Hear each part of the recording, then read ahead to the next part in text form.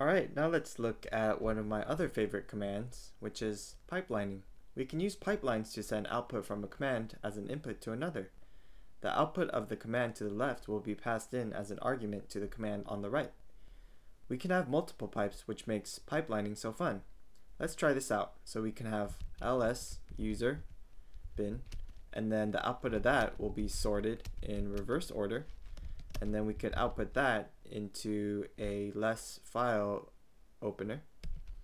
So now we can read all our files in reverse alphabetical order. So press J to scroll down and K to scroll up, and then Q to quit. So here are some of the most well-known commands used in pipelining. There's sort, which we just saw. There's uniq, which omits repeated line from a sorted file. So I made this file here called names.txt, and you can see some names, and some of them are repeated.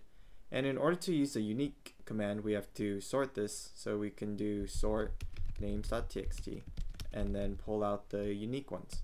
So you can see here, none of these names are repeated.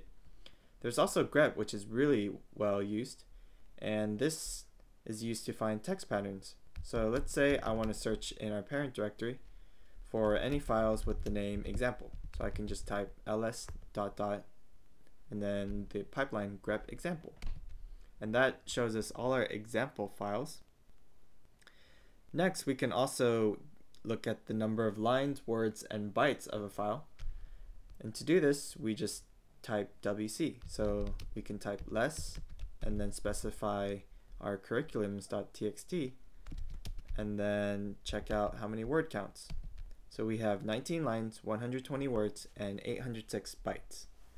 We can also print out a select few of the lines that get printed. So we can say ls ...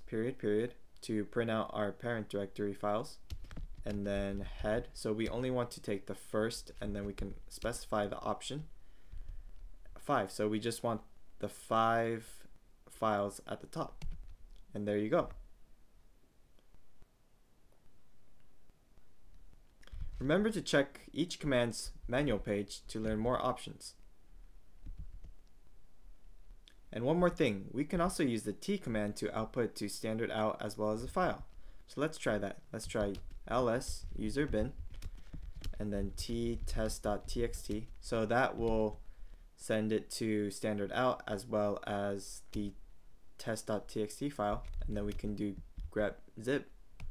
So we can see here all the files containing a zip pattern are retrieved. And if we look in our test.txt file,